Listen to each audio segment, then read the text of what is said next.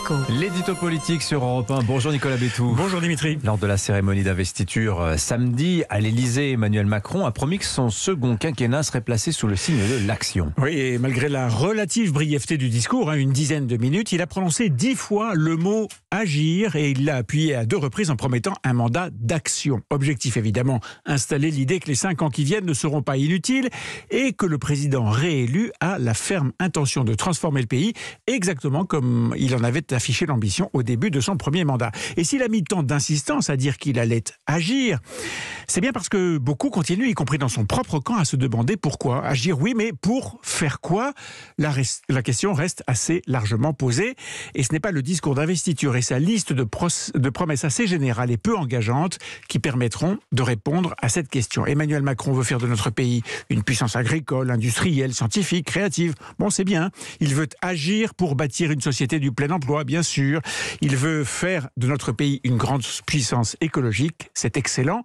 Mais ce sont des presque banalités que tout candidat pourrait énoncer, en dehors bien sûr de ceux qui prônent la rupture. Il n'y avait pas dans ce discours de récit, pas de souffle, pas de grand dessin. Est-ce que ça n'est pas la suite logique de sa campagne électorale quasi inexistante, il faut bien le dire, en tout cas avant le premier tour de la présidentielle Si, certainement, mais c'est aussi la conséquence de cette façon de gouverner totalement innovante que le président promet de respecter dans son second mandat. Cette méthode nouvelle, faite de rassemblement, de partage des objectifs et des responsabilités entre le gouvernement, l'administration, le Parlement, les partenaires sociaux, les associations, bref, une sorte de consultation permanente avec, a-t-il dit lors de son discours, les forces vives du pays. Bon, on ne sait pas très bien ce que contient cette promesse, ni comment ça peut fonctionner. On sait seulement que les expériences du même genre déjà menées lors du premier mandat ont été un flop.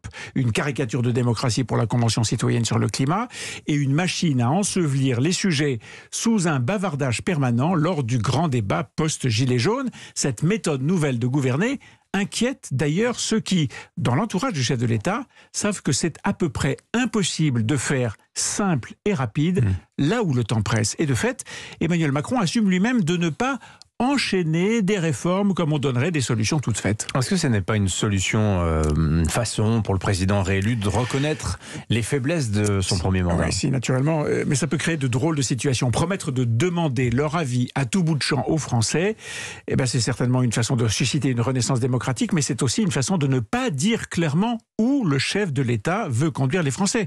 Tenez, c'était frappant de voir qu'il y avait samedi dans son discours d'investiture 2 grands manquements, 2 grands absents, 2 mots qui n'ont été ni prononcés, ni évoqués, 2 sujets qui avaient pourtant été au cœur de la campagne électorale et en première ligne dans les attentes des Français. Ces 2 mots, c'est pouvoir d'achat et réforme des retraites. Oui, c'est vrai. Que veut faire exactement le président et surtout comment veut-il le faire, à quel rythme ?